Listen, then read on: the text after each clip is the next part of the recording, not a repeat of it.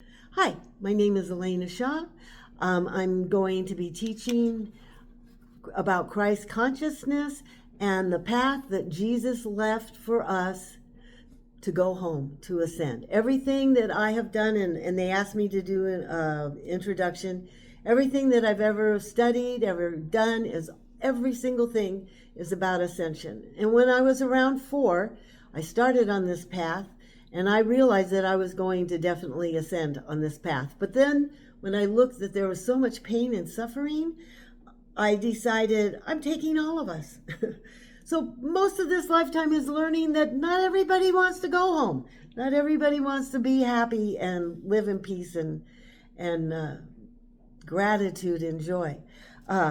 So those have been my lessons for this lifetime. So they asked me to do this introduction, so I'm going to go real quick. Okay? So when I was 4, I started on this path. Something really god awful happened to me, and I kind of had a choice of either going towards being the first woman serial killer or following the teachings of Jesus. And luckily for all of you guys, I chose to do the teachings of Jesus. So I have been on this path since I was 4. My grandfather, I was very lucky to have the relatives that I had.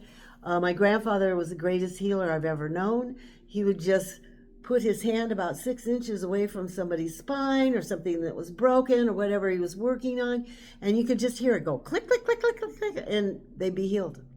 And my cousin and I, and both of our fathers, they were identical twins, really tested this man.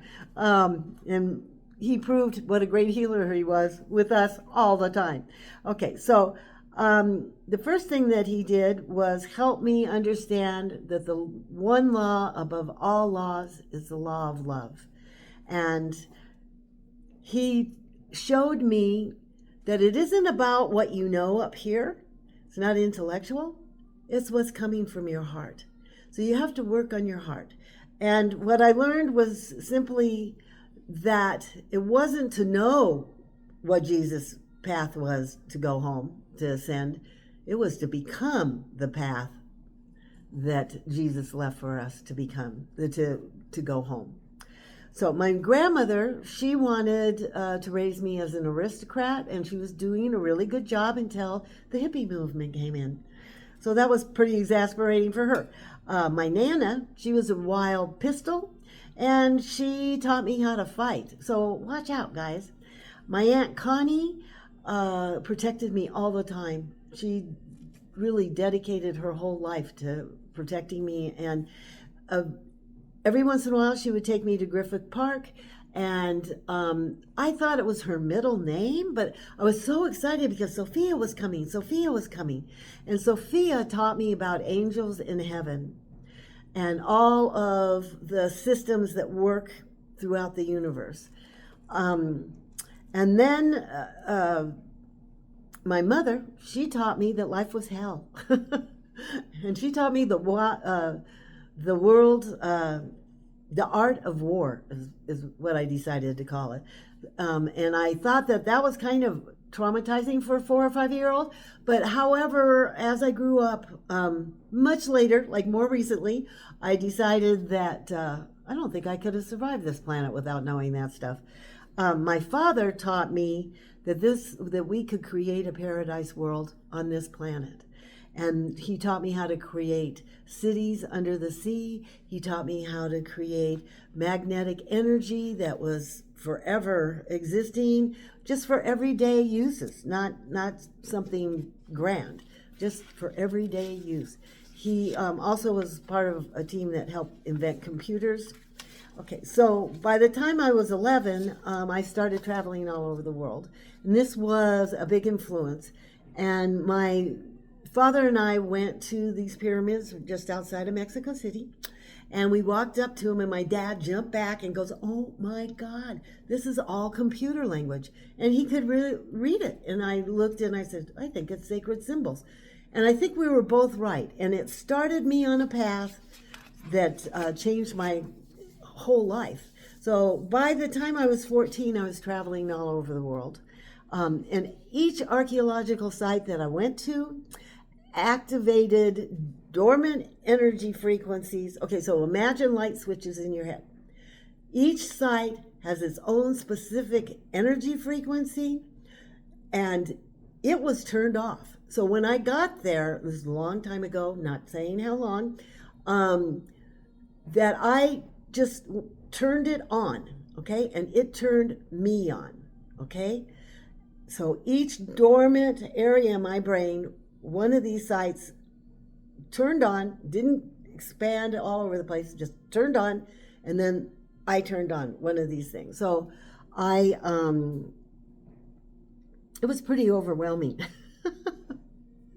So I learned to walk through dimensions. I saw all kinds of things as these were being activated, and I was like right there. So it took me a long time to process all of this. Okay, so by the time I was 16, I was traveling all over Europe. I spent an entire summer going from cathedral to cathedral, and the Knights Templars built these cathedrals on pre-existing sacred sites, which are energy sources, exactly like these archaeological sites were made. All of these sites, all of the cathedrals, the Statue of Liberty, they are all machines, and they create a certain energy frequency. So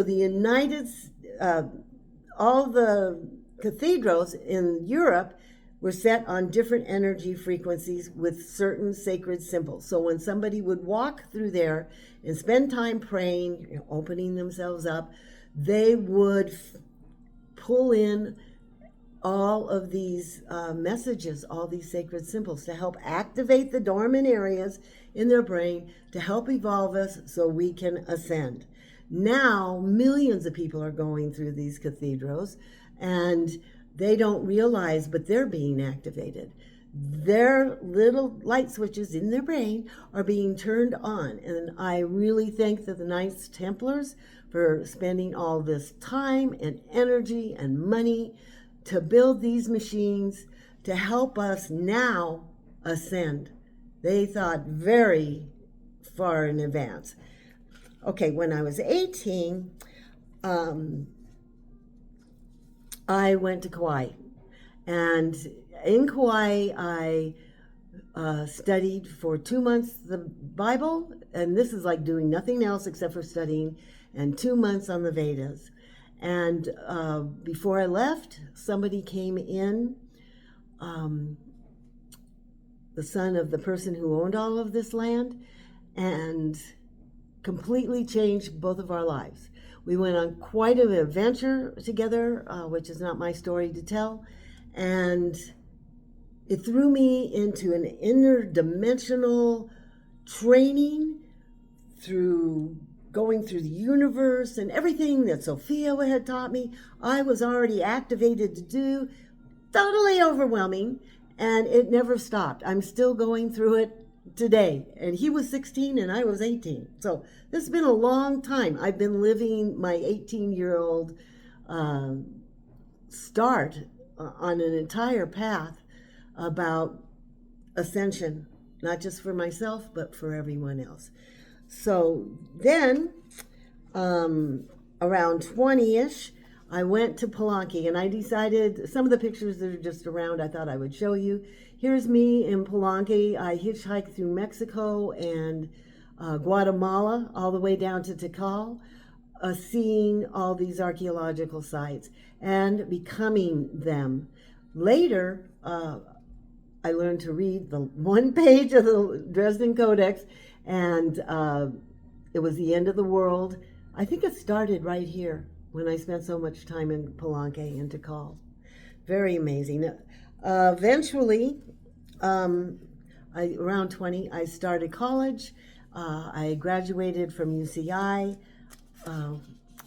and also out of UCI, I banged into Baba Muktananda, and toughest teacher I have ever had. And I'm sure I was the most crying, whining student he ever had. Why do something small when you can cause a total scene?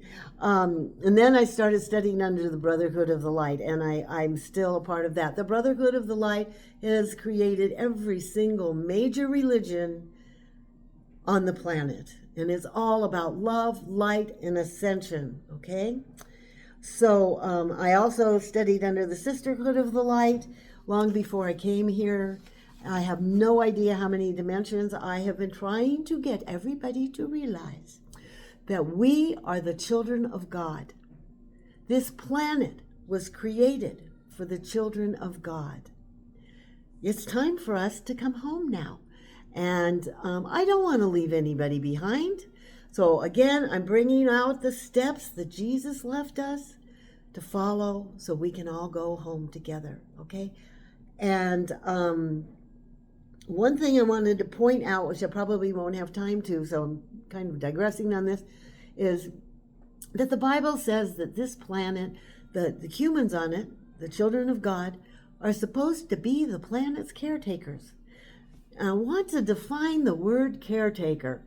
So if you're a caretaker, let's say you're a babysitter and you're taking care of this couple's children because they're going out to dinner. Okay, so they come home, the whole house is blown up, tons of stuff is stolen, and both the kids are dead.